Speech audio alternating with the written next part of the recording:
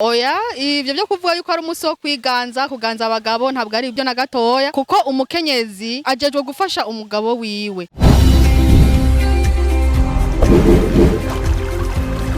Televiziyo Tanganyika. Televiziyo Tanganyika.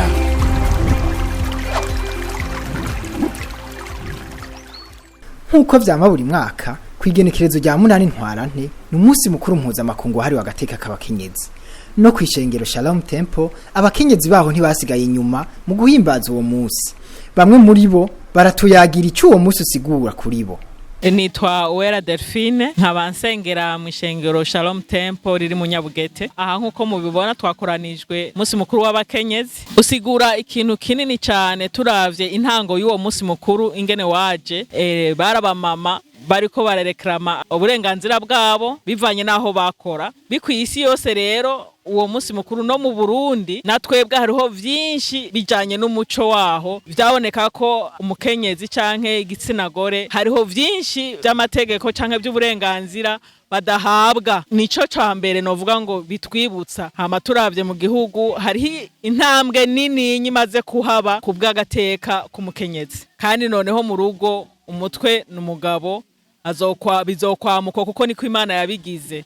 Umugore nawe n'umugore nyene mu rugo bizokwamuko, ntabwo ari ukwiganzura kuko dusanzwe Imana yaratugize abantu bakomeye kuko dutanga ubugingo. Kuboba batabona ko uwo munsi bakibwira ko ari umunsi wo kwitwara nabi ku bagabo babo, umwe muri abo bakenyezi arabihakana ahubwo agatanga intumbero nziza ihwanye n'uwo munsi. Nitwa Nahayo Joseline nkabasengera muri Eglise Shalom Temple. Rero tukaba twakoranye uyu munsi muri kino kibanza nko kwigina umunsi mukuru wahariwe umukenyezi le 8 mars. Iyo mpamvu twakoranye hano mutubona hano turyohewe cyane nk'aba mama. Uyu munsi ni umunsi mpuzamakungu wahariwe umukenyezi, bisigura ngo umukenyezi arafise uruhara ahari hose, haba mu rugo rwiwe, haba mu ishengero asengeramwo, haba no mu gihugu.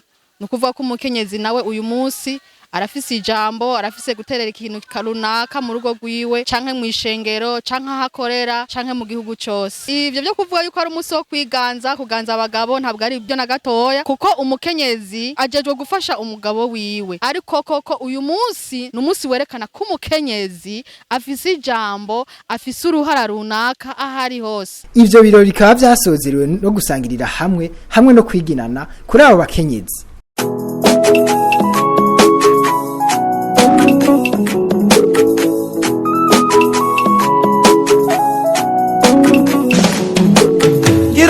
Umukenyezi yemaye mawe umukenyezi n'uwakuyagwa izo uzirinenge nkundira ndamuyage umukenyezi n'uwakuyagwa mutuziga mu bushora gakomeza umuryango umukenyezi n'uwakuyagwa muheto kunama nkundira ndamuyage umukenyezi n'uwakuyagwa amaboko igihumbi nkundira ndamuyage umukenyezi n'uwakuyagwa arahumbira hetse agatunga umuryango